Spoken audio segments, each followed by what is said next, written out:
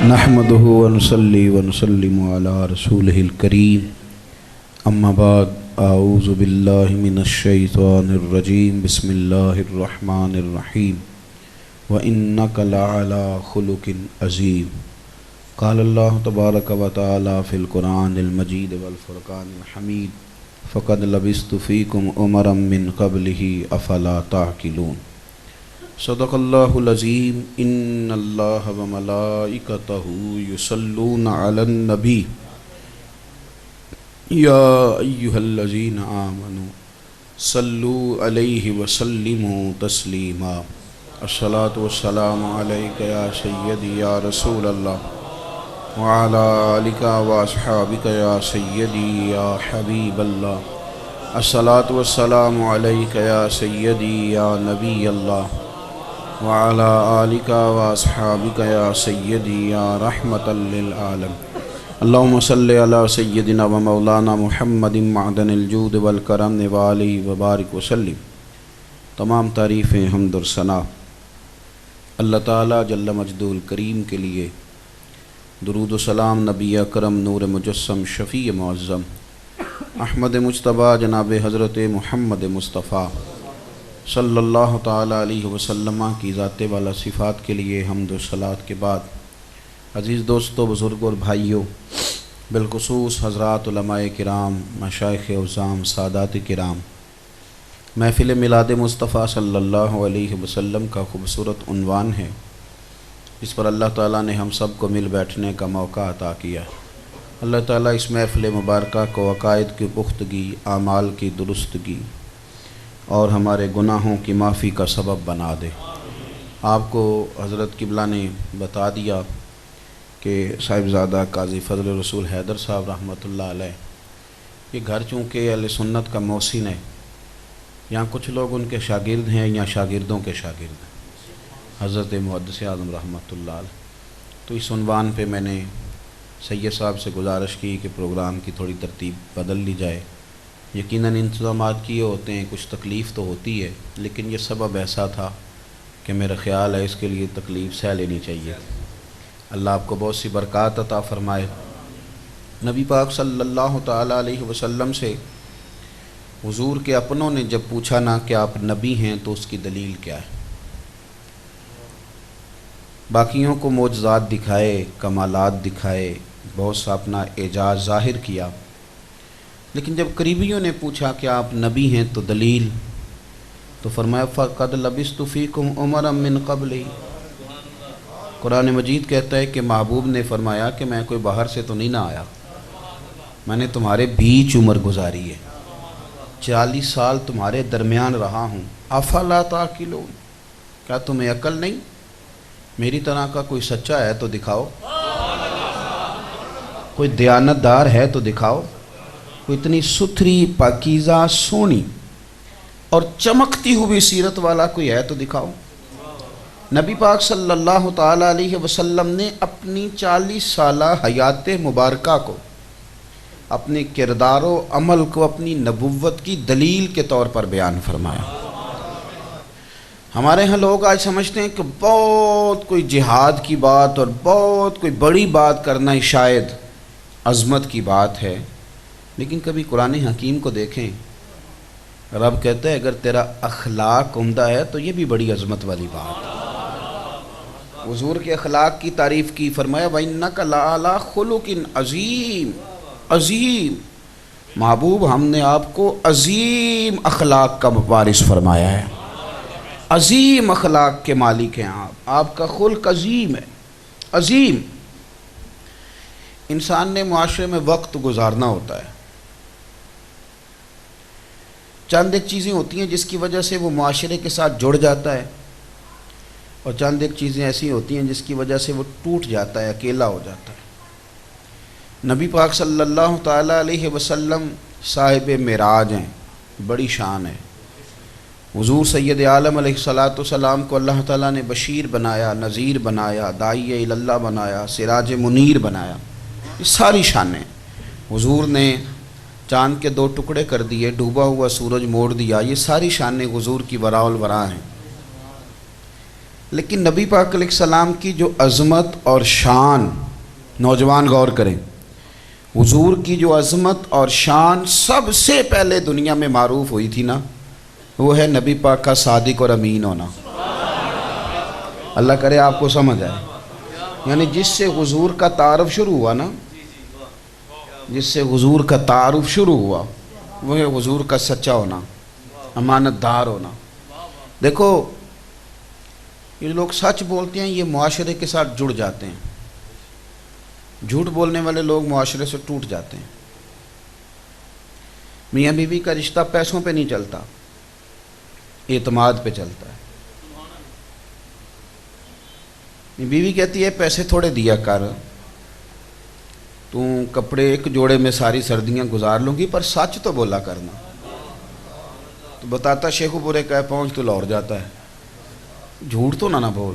ناراض ہو گئے نوجوان، بھائی میں جو آپ میرے ذمہ لگایا آپ نے بات کرنا، تو اب کرنی تو ہے نا جی، اور درد سے کر رہا ہوں، اپیل کے انداز میں۔ اللہ مجھے تنقید سے محفوظ رکھے۔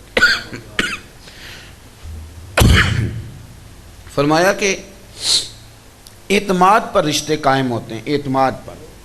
اعتماد نہ رہے تو رشتے ٹوٹ جاتے ہیں۔ اماں، ایک نوجوان مجھے کہنے لگا آپ میری والدہ کو کہہ دیں کہ اس دفعہ میں عمرے پہ بھیج رہا ہوں واقعی۔ تو میں نے کہا اماں، ابا جی کو راضی کرنا مشکل ہوتا ہے، وہ 1-2 گھنٹہ لگاتے ہیں پھر ہو جاتے ہیں راضی، تو اماں تو 4-5 منٹ میں ہو جاتی ہے۔ تو کہہ رہا ہے کہ مطلب اماں کو آپ کہہ دیں، تو وہ کہنے لگا اصل میں نا میری زبان سے کئی دفعہ جھوٹ نکلا ہے، اماں تجھے اس سال عمرے پہ بھیجنا ہے اگلے۔ اب اماں یقین نہیں کرتی۔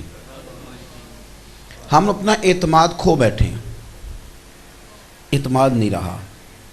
جھوٹ اتنا بولا گیا اور اتنا مرتب کر کے بولا گیا کہ پاکستان کے آئین میں تو جھوٹ کی سزا ہی کوئی نہیں۔ آپ پرچہ نہیں کٹوا سکتے کسی پہ جا کے کہ اس نے میرے ساتھ 10 جھوٹ بولے ہیں تو پرچہ کاٹ دو، قانون ہی کوئی نہیں۔ جھوٹ کی سزا ہے۔ وہ کہتے ہیں اگر مال چرایا تو پھر بات کرو، اگر مارا ہے کوئی نشان دکھاؤ تو پرچہ کٹوا لو، ورنہ آئین میں سرے سے سزا ہی نہیں۔ یار یہ دکھ کی بات ہے، یہ ہنسنے کی نہیں، تکلیف کی بات ہے کہ ایک آدمی MNA کا امیدوار ہے اور ہزاروں لوگوں کی اس نے نمائندگی کرنی ہے، اور جب اسمبلی کیا کرتی ہے؟ قانون سازی کرتی۔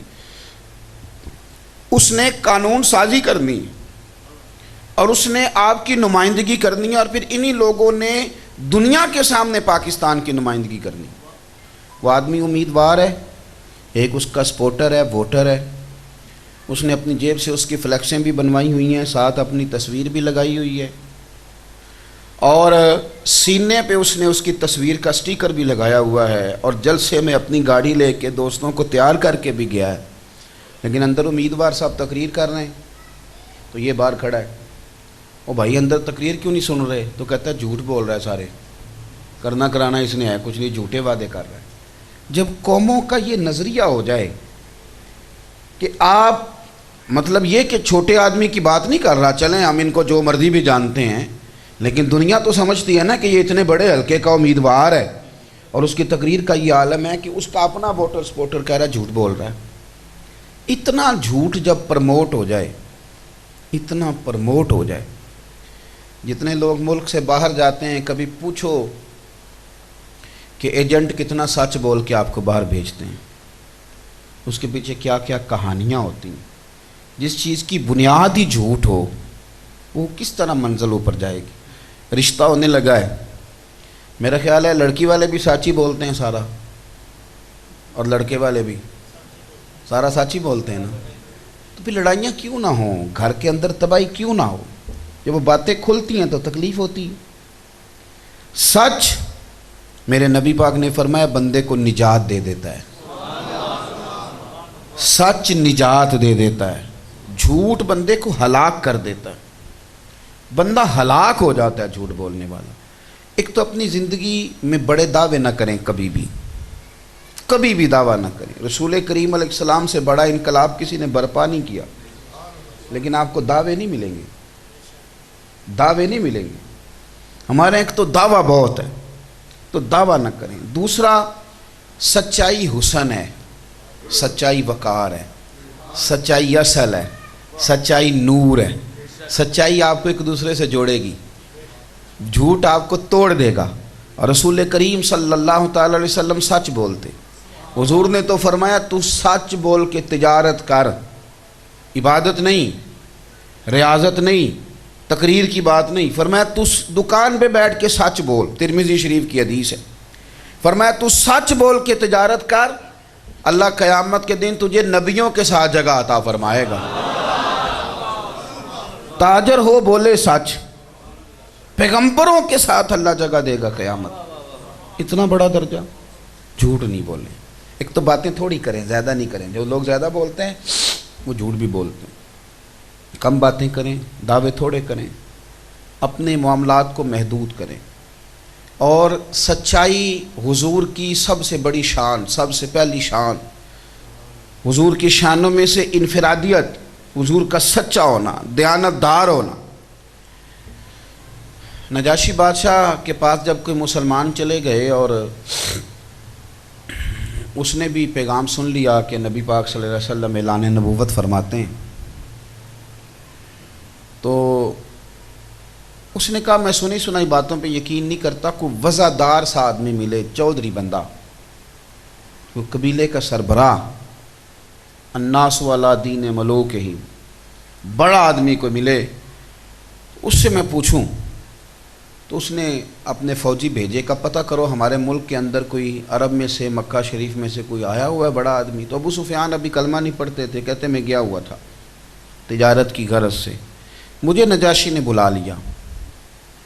تو چونکہ میں اس وقت مخالف تھا، جب کوئی کسی کے مخالف ہوتا ہے تو پھر وہ بات محبت والی نہیں کرتا، پھر وہ اپنے حق میں دلائل دیتا ہے۔ جو کہانیاں یاد کی ہوتی ہیں نا، گھروں میں لڑائی ڈلوا دی ہے، ہمارے باپ دادا کو گمراہ کہتے ہیں، کہانیاں جو انہوں نے بنائی ہوئی تھیں۔ ابو سفیان کہتے ہیں کہ مجھے انہوں نے بلایا تو جو میں انہیں کہانی سنا سکتا تھا میں نے سنائی، لمبا انٹرویو کیا میرا نجاشی نے، بڑی باتیں پوچھی، میں نے بڑی باتیں بتائیں۔ آخر میں نا نجاشی کہنے لگا چلو ایک بات تو بتاؤ، سردار ہو، سیانے ہو، وزادار آدمی ہو، قبیلے کو چلاتے ہو، نگرانی کرتے ہو، بتلاؤ کہ وہ جو کہتے ہیں کہ میں اللہ کا رسول ہوں، کیا انہوں نے کبھی جھوٹ بھی بولا ہے؟ اللہ کرے آپ کو سمجھ آئے۔ یعنی کبھی انسان بولتا ہے، بات کرتا ہے، اٹھتا بیٹھتا ہے، کوئی کمزوری آ جاتی ہے، نجاشی کہتا ہے کبھی جھوٹ بھی بول، یعنی کبھی۔ ابو سفیان کہتے ہیں کہ دفعہ میں نے سوچا کہہ دوں، پھر میرے دل میں خیال آیا کہ ایک تو یہ عرب کی شان نہیں، اور دوسری بات یہ ہے کہ میں معاذ اللہ انہیں جادوگر کہوں گا تو شاید کوئی مان جائے، میں معاذ اللہ انہیں کاہن کہوں گا تو شاید کوئی مان جائے، لیکن میں کہوں کہ انہوں نے جھوٹ بولا، یہ تو مانے گا ہی کوئی نہیں، یہ کوئی مان ہی نہیں سکتا کہ حضور جھوٹ بول سکتے ہیں، سوال ہی پیدا نہیں ہوتا، ہو ہی نہیں سکتا۔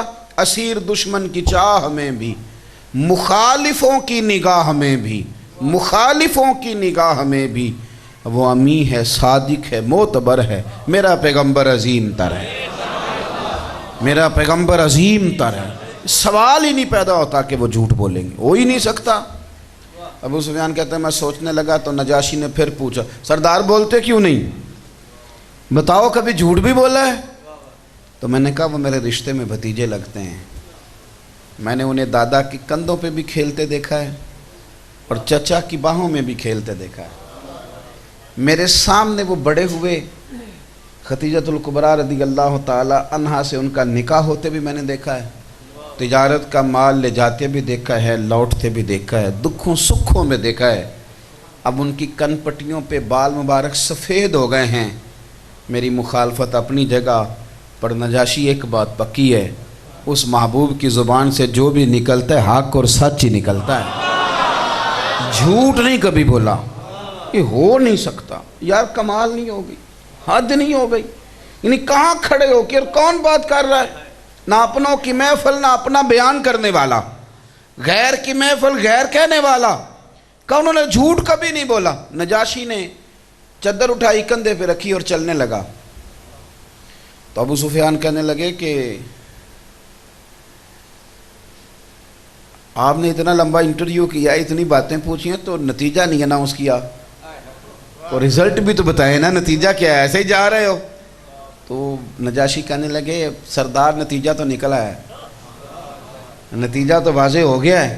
کہا کیا نتیجہ نکلا؟ کہنے لگے یار سادی سی بات ہے، سادی سی اور نکھری اور چمکتی ہوئی بات ہے کہ جس بندے نے کبھی بندوں کے ساتھ جھوٹ نہیں بولا، وہ بھلا یہ جھوٹ کیوں بولے گا کہ میں اللہ کا رسول بن کے آیا ہوں؟ جب بندوں سے کبھی جھوٹ نہیں بولا، یہ جھوٹ وہ کیوں بولے گا؟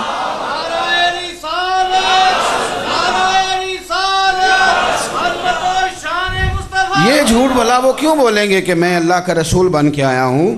وہ یہ بھی بات سچی کر رہے ہیں۔ میرے دوستو یاد رکھو، ہم لوگ نا، آپ یقین کریں تو لوگوں نے گناہوں کے نام ہی بدل لیے ہیں۔ اب چغلی کرنی ہے، غیبت کرنی ہے، اس کا نام رکھ لیا ہوگا اب شب کریں، حالانکہ کرنی ہوتی ہے غیبت۔ اب لوگوں نے جھوٹ کا نام بدل کے نا تو بہانہ رکھ لیا ہے، کہتے ہیں میں نے نا کوئی بہانہ کر دیا تھا۔ وہ بہانہ نہیں کیا تھا بھائی جان، آپ نے جھوٹ بولا تھا۔ اور جھوٹ بڑی تکلیف والا معاملہ ہے، اذیت والا۔ چھوٹی عمر سے بچے سیکھ جاتے ہیں، پھر یہ آہستہ آہستہ پروان چڑھتا ہے۔ آپ یہ لوگ ہنس کے کہہ دیتے ہیں فلانے سیاسی لیڈر نے پہلے یہ وعدے کیے تھے، پھر اب وہ کہتا ہے۔ تو میں کہتا ہوں کہ یہ شرم کی بات ہے، ایک قوموں کے لیے شرم کی بات ہوتی ہے کہ جب اتنے بڑے دعوے کیے جائیں اور اس میں سے نکلے کچھ بھی نہ، تو یہ باعث شرم مقام ہے۔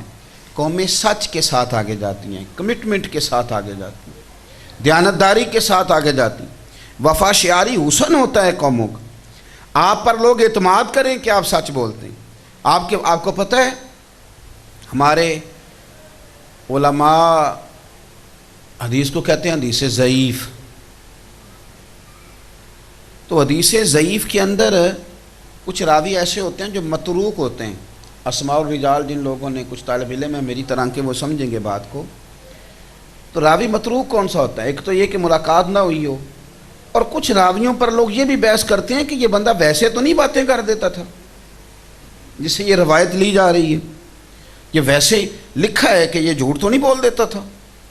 اگر بندہ سچا تھا، کھرا تھا، اس کے ارد گرد سے معلومات کی جائیں گی، اگر صاف ستھرا ہے پھر اس سے حدیث لی جائے گی، ورنہ اس سے لوگ روایت حدیث نہیں لیتے کہ یہ تو متروک ہے، یہ تو مشکل ہے کام کہ اس سے بات پوچھی جائے، اس کا تو رویہ ٹھیک نہیں۔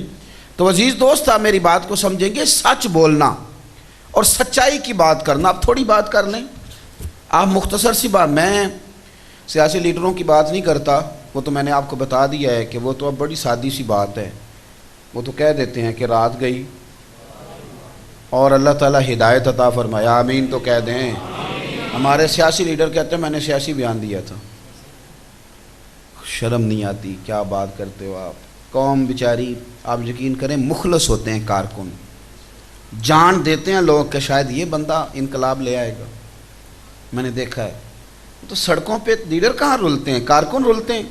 رول گئے بچے، جوانوں نے اپنا پیٹ کاٹ کاٹ کے سیاسی جماعتوں کو فنڈ دیے، بڑا کچھ کیا کہ شاید ہمارا کچھ بن جائے، وطن کے غریبوں کی سنی جائے، مظلوموں کی داد رسی ہو۔ لیکن وہ کہتے ہیں وہ تو سیاسی نعرے تھے، وہ تو سیاسی بات تھی، ہم نے کون سا کچھ کرنا ہے۔ یہ ظلم اپنی جان پہ کرتے ہیں، اپنا وقار خراب کرتے ہیں، رب رسول کے مجرم بنتے ہیں۔ لیکن میں مذہبی لوگوں سے بھی گزارش کرتا رہتا ہوں، چھوٹا آدمی ہوں، کئی دفعہ اپیل کے درد کے انداز میں مدرسے میں طالب علم پڑھتے ہیں تو ان سے میں کہتا ہوں کہ بھائی آپ نے کہا ہے کہ فجر 6:10 پہ ہوگی اور مصلی پہ بیٹھ کے کہا، اب یہ 11 نہیں ہونے چاہیے، آپ نے وعدہ کیا، آپ نے سچ بولنا ہے، غلط بات نہیں کرنی۔ جمعے والے دن میں نے اعلان کیا جمعے میں دوستوں کو کہ آپ 2:15 بجے تک آ جانا، انشاءاللہ مناسب موقع پہ جماعت کھڑی کر لیں گے۔ آپ گنجائش رکھیں بات میں، تاکہ آپ سیدھی بات کریں، کھری بات کریں، ٹھیک بات کریں۔ یہ حافظ صاحب جو میرے ساتھ رابطے میں تھے مجھے کہنے لگے آپ جنازے سے واپسی پہ آ جائیں۔ میں نے کہا صاحب مجھے نا حضرت شیخ الحدیث صاحب رحمۃ اللہ علیہ کے جنازے میں نا کوئی 2 گھنٹے لگ گئے تھے نکلنے میں۔ اب یہ نہ ہو کہ آپ مجھے فون کریں کہاں پہنچیں اور آپ بد اعتمادی کا شکار ہو جائیں، نکل کیوں نہیں رہے۔ تو یہ سفر ہے، اللہ کی حکمتیں، میں وعدہ اس طرح کا کرتا ہوں جس کو پورا کر سکوں، باقی تو اللہ کے پاس حکمتیں ہیں نا ساری۔ سچ بولیں، دیانتداری کا مظاہرہ کریں۔ حضرت عبداللہ ابن عمر رضی اللہ تعالیٰ عنہ کہتے ہیں کہ میں حضور کی بارگاہ میں جاتا تھا نا جب زیارت کے لیے، تو کاغذ قلم لے جاتا تھا، کاغذ قلم، حضور کی ہر بات میں لکھتا، میرا بڑا شوق تھا۔ حضور غوث پاک رضی اللہ تعالیٰ عنہ جب تقریر کرتے تھے تو 400 علماء کاغذ قلم لے کے بیٹھتے تھے، اور آپ جو نقطہ بیان کرتے، اقوال، ارشادات، لوگ اس کو نوٹ کرتے۔ حضرت عبداللہ فرماتے ہیں کہ میں وہ ہر بات لکھ لیتا تھا۔ مجھے ایک صحابی نے کہا کہ حضور صلی اللہ علیہ وسلم نا کبھی جلال میں بھی ہوتے ہیں، اگر کوئی دین کی حدود توڑے تو سرکار جلال فرماتے ہیں، کبھی کبھی بڑے خوش بھی ہوتے ہیں، پیار میں بھی باتیں کرتے ہیں، تو ہر بات لکھ لیتا ہے، جلال والی بھی، جمال والی بھی، روٹین والی بھی، جو روٹین کی گفتگو وہ لکھا کر، جلال جمال والی نہ لکھا کر۔ آپ فرماتے ہیں میں نے اس کی بات سنی اور میں نے نہ لکھنا چھوڑ دیا۔ قربان جائیں، یہ میرے نبی پاک کی شان ہے کہ محفل میں کوئی آتا ہے، بیٹھتا ہے اور کرتا کیا ہے، ہر جگہ کریم نظر رکھتے ہیں۔ یہ حضور کی شان ہے۔ سرکار دو عالم صلی اللہ تعالی علیہ وسلم نے پوچھ لیا، فرمایا لکھتے تھے اب کیوں چھوڑ دیا؟ عرض کی یا رسول اللہ صلی اللہ علیہ وسلم، مجھے نا ایک صحابی نے کہا حضور کبھی جلال میں ہوتے ہیں کبھی جمال میں، سارا کچھ نہ لکھا کر۔ تو حضور میں اب روٹین کی باتیں لکھوں گا۔ قربان جائیں، حضور نے فرمایا اکتب اکتب اکتب، اور تو لکھا کر لکھا کر لکھا کر، میں کسی حال میں بھی بات کروں میرے منہ سے جو بھی نکلتا ہے حق اور سچ ہی نکلتا ہے۔ لکھا کر، میں جو بولتا ہوں وہ سچ ہی بولتا ہوں، دیانتداری کے ساتھ چلتا ہوں، میرے زبان سے جھوٹ نکلتا ہے، مزاج ہی نہیں۔ کبھی کبھی نا، کبھی کبھی جھوٹ بولنے میں مشکل ہوتی ہے، سچ بولنے میں مشکل ہوتی ہے، جھوٹ میں آسانی محسوس ہوتی ہے۔ صحیح کہہ رہا ہوں میں؟ دعوے شعوے بندہ اچھے کر لیتا ہے، نفس کو راضی کر لیتا ہے، تو کبھی کبھی وقتی طور پر سچ بولنے میں نا مشکل ہوتی ہے۔ اس کی دلیل حضرت کعب بن مالک رضی اللہ تعالیٰ عنہ فرماتے ہیں حضور تبوک سے واپس آئے تو جو جان بوجھ کے نہیں نہ گئے تھے، یہ بخاری ہے، انہوں نے تو بہانے کر دیے، کسی نے کہا میری بچی بیمار تھی، کسی نے کچھ کسی نے کچھ، فرماتے میں نے سچ بولا۔ پہلے میں نے بھی سوچا، میں تو سستی کی وجہ سے نہیں جا سکا تھا، ارادہ تھا گھوڑا بڑا تگڑا ہے کل نکل جاؤں گا، پھر سوچا پرسوں نکل جاؤں گا، پھر سستی ہو گئی، ہو جاتی ہے، اس لیے حکم ہے کہ نماز وقت پہ پڑھ لو۔ جس نے کہا نا ٹھہر کے پڑھوں گا، اس کی کئی دفعہ ٹھہر ہی جاتی ہے، پڑھنی ہے تو پھر وقت پہ پڑھے۔ حضرت سیدنا کعب بن مالک رضی اللہ تعالیٰ عنہ فرمانے لگے کہ سستی ہو گئی، نہ جا سکا، سرکار واپس آ گئے۔ وہ جو منافقین تھے جان بوجھ کے نہیں گئے تھے، وہ بہانے کرنے لگے، کسی نے جس نے جو بہانہ بھی لگایا نا، سارا کو جاننے والے رسول خاموش رہے۔ فرماتے ہیں 2 منٹ کے لیے میں نے بھی سوچا، اور سنو یار، ابا جی کے سامنے بھی جھوٹ ہی بول دیتے ہو، استاد جی کے سامنے بھی، اوئے ہوئے ہوئے ہوئے، پیر صاحب کے سامنے بھی غلط بات کہہ دیتے ہو، جن سے دین سیکھنا ہے ان کو بھی کوئی نہ کوئی کہانی سنا دیتے ہو۔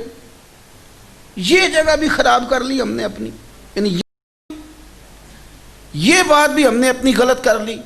حضرت کعب بن مالک فرماتے ہیں 1-2 منٹ کے لیے خیال آیا بہانہ کر دوں، یہ سوچ کے مسجد میں قدم رکھا، اور جب سامنے چہرہ والضحیٰ دیکھا تو میں نے کہا کعب کس کے سامنے تو غلط بات کرے گا؟ جن کو رب کریم نے غیب کے خزانوں کی کنجیاں دے رکھی ہیں، وہاں تو بات کرے گا؟ میں نے کہا نا بھائی، جو بھی ہو کہنا سچی ہے۔ حضور نے مسکرا کے پوچھا کیوں نہیں آئے؟ کہتے میں نظر جھکا لی۔ پھر پوچھا کیوں نہیں آئے؟ یا رسول اللہ غلطی ہو گئی، سستی ہو گئی، میرا بولیا چولیا معاف کری، حضور میں بھول گیا تھا، مہربانی ہو جائے۔ تو حضور نے نا نظر مبارک پھیر لی، ناراض ہو گئے۔ کہتے مسجد نبوی شریف میں 50 دن پورے مدینے میں کسی نے مجھ سے کلام نہیں کیا۔ میں آتا تھا نماز پڑھنے، پر حضور نے حکم دیا تھا کوئی بولے نہ، یہاں تک کہ کریم محبوب نے فرمایا بیوی کو بھی میں کے بھیج دو۔ میں نے کہا حضور طلاق دے دوں؟ فرمایا نہیں، بھیج دو بس۔ فرماتے اس مدینے میں سارے اپنے تھے، پر حضور نے جب رخ پھیرا نا، ہاں پھر سب پھیر لیتے ہیں۔ دعا کرو مدینے والے رخ نہ پھیریں۔ ان کا رخ ادھر رہے، یہ تو تیری نظر ہے کہ رخ تیرا ادھر ہے، پھر تو کام بنتا ہے۔ مختصر سی میری کہانی ہے کہ جو بھی ہے ان کی مہربانی ہے، اگر وہ رخ پھر جائے نا حالات بدل جاتے ہیں۔ آپ فرماتے ہیں میں مسجد میں آتا نماز پڑھنے، مجھے پتہ تھا کہ جب میرا چہرہ کسی اور طرف ہوتا ہے تو حضور مجھے دیکھتے ہیں، لیکن جب میں سرکار کی طرف دیکھتا تو سرکار چہرہ پھیر لیتے۔ بھئی آپ مجھے کہنے دو نا کہ ہمارے بزرگ شعر لکھتے تھے بخاری پڑھ کے، خواجہ صاحب نے شعر لکھے بخاری پڑھ کے، کہنے لگے میں ویکھاں تے میرا یار نہ ویکھے۔ مجھے کہنے دو نا کہ ہمارے بزرگ ایسے تھوڑا لکھ دیتے تھے، میں ویکھاں تے میرا یار نہ ویکھے، جے میں نہ ویکھاں تے وہ ویکھے۔ کیا درد ہے اس بات میں، کیا سوز ہے۔ کہنے لگے ایڈے نصیب کتھوں تتڑی دے، وہ میرے وچ ویکھن دے ویکھے۔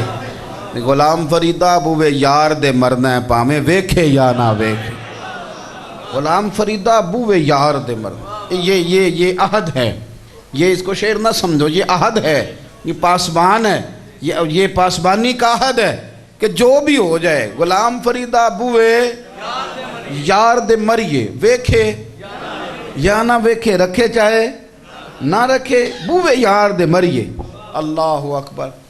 تو فرماتے ہیں 50 دن گزر گئے، میں دکھی اس وقت ہوا جب ایک غیر مسلم بادشاہ نے مجھے خط لکھا کہ کعب تلوار کے، نیزے کے، گھوڑے کے آدمی ہو، دھنی ہو۔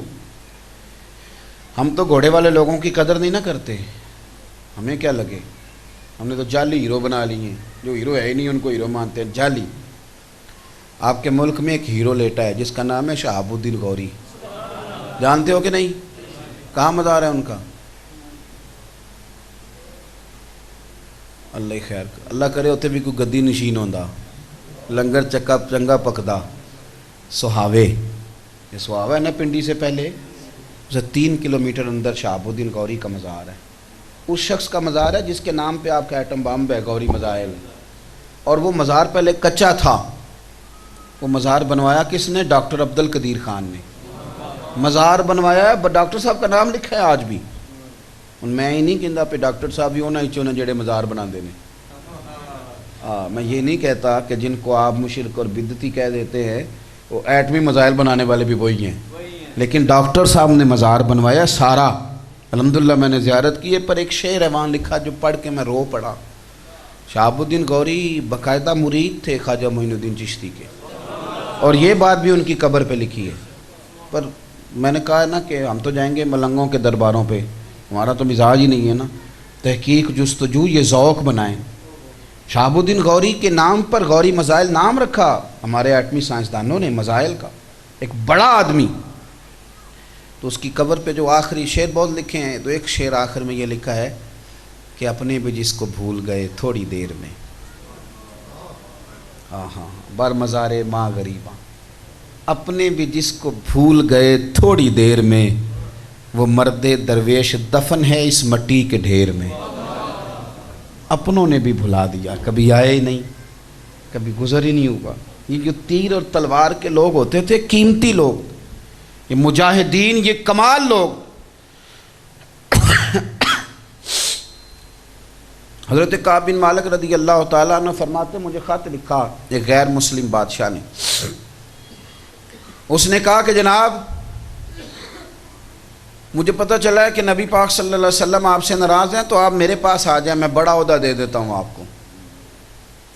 آپ فرماتے ہیں میرا کلیجہ اس دن پھٹ گیا، میں نے وہ خط پاڑ کے جلتے ہوئے تندور میں پھینکا اور میں رو پڑا۔ میں نے کہا یا اللہ، یہ لوگ کیا سمجھنے لگے، میں گناہگار ہو سکتا ہوں پر مدینے والے کا غدار تو نہیں نہ ہو سکتا۔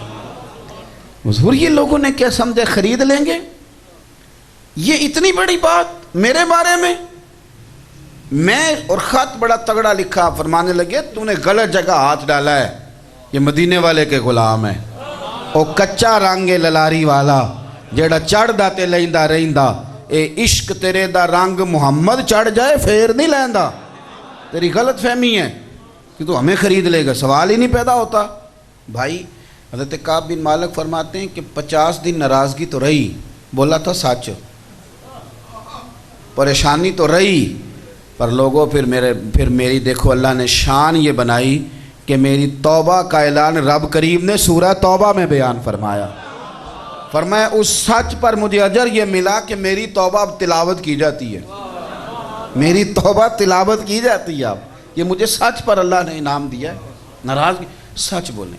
ان نوجوانوں سے کہتا ہوں خاص کر، جھوٹ چھوڑ دیں، یہ آپ کو بہت زیادہ خراب کرے گا۔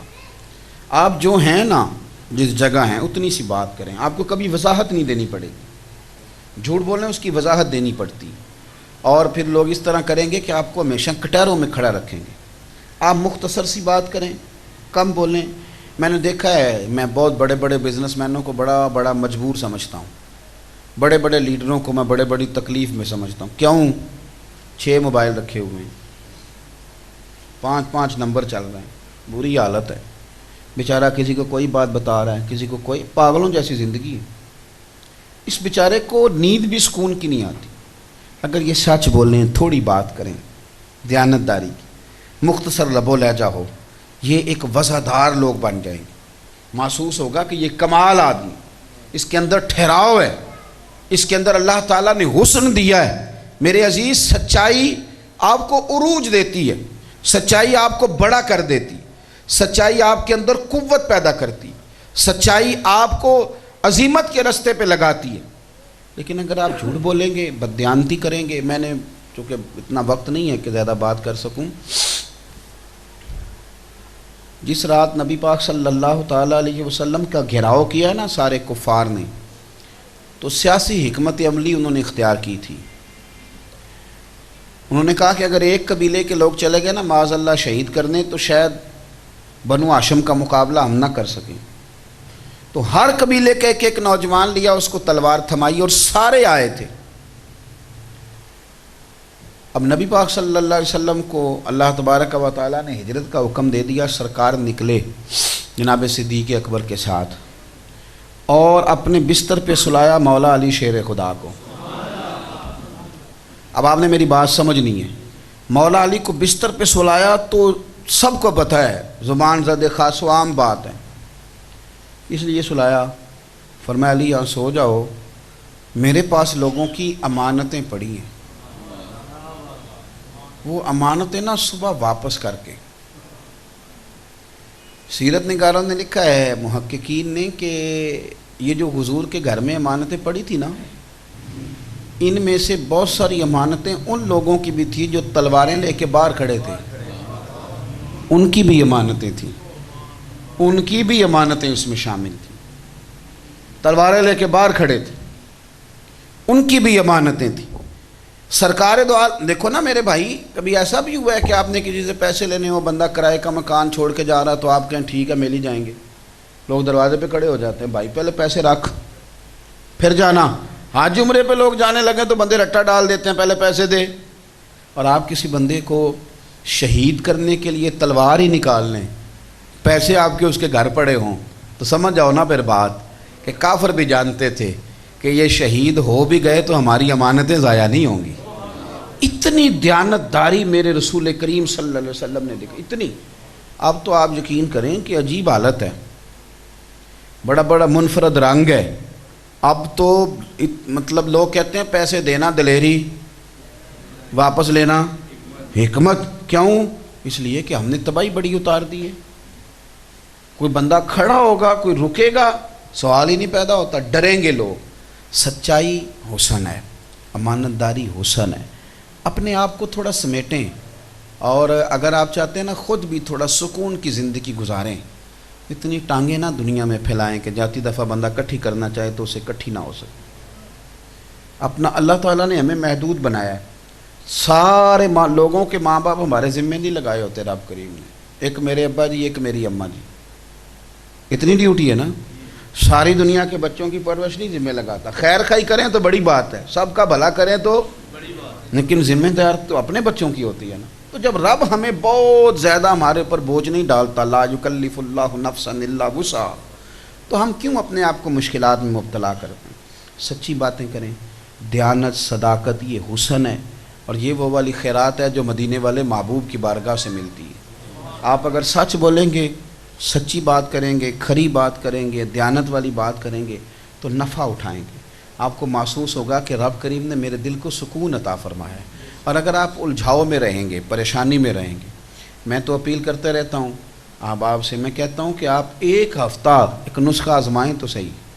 ایک تو آپ ارادہ کریں میں نے تھوڑا بولنا ہے، اور دوسرا ارادہ کریں جتنا کہنا ہے صحیح صحیح کہنا ہے، یعنی سچ ہی بولنا ہے۔ میری بات کی سمجھ آ رہی ہے؟ آپ ایک ہفتہ میں سے تجربہ کریں تو صحیح، آپ کو ویسے ہی محسوس ہوگا کہ میں نا کو تھوڑا سا نا سکون سے سونے لگ گیا ہوں، وہ تھوڑا سا نا میرا معاملہ جو ہے نا وہ بہتر ہو گیا ہے۔ آپ محسوس تو کریں، لیکن اگر آپ نے رویے نہیں بدلنے، طبیعت نہیں بدلنی، تو پھر تو آپ یقین کریں کہ وہ بڑا شرم کا مقام ہوتا ہے کہ جب بیٹا بھی اٹھ کے کہہ دیتا ہے کہ ابا جی فلانا بار آیا ہے، کون سا جھوٹ بولنا ہے اس کے سامنے، بھلا کیا کہنا ہے۔ اب تو یہ حال ہے کہ بچوں کو موبائل دیکھ کے لوگ کہتے ہیں کہ پتر یہ ذرا کہہ دینا، تو پھر یاد رکھنا کہ کبھی تیرے ساتھ پر اعتماد نہیں ہوگا، یہ کیا کرے گا، کیا کھائے گا، کس سے تعلق رکھے گا، یہ کبھی تجھے سچ نہیں بتائے گا، اس لیے کہ تو نے خود سکھایا اسے کہ یہ موبائل لے اور جھوٹ بول۔ اور جب آپ سکھا رہے ہیں تو پھر آپ کیا توقع رکھتے ہیں کہ وہ آپ کے ساتھ کبھی بھی ٹھیک رہے گا؟ تو چونکہ وقت اتنا زیادہ نہیں ہے، مجھے بھی نماز جنازہ میں پہنچنا ہے، یہاں سے میرا خیال ہے ویسے بھی کوئی 1.5 گھنٹہ تو لگے ہو، تو وہ 2 بجے جنازہ ہے، اسی پر میں ختم کرتا ہوں۔ انشاءاللہ بزرگ بیٹھے ہیں، دعا فرمائیں گے، اللہ تعالیٰ آپ کو سلامتی عطا فرمائے۔ آخر دعوانا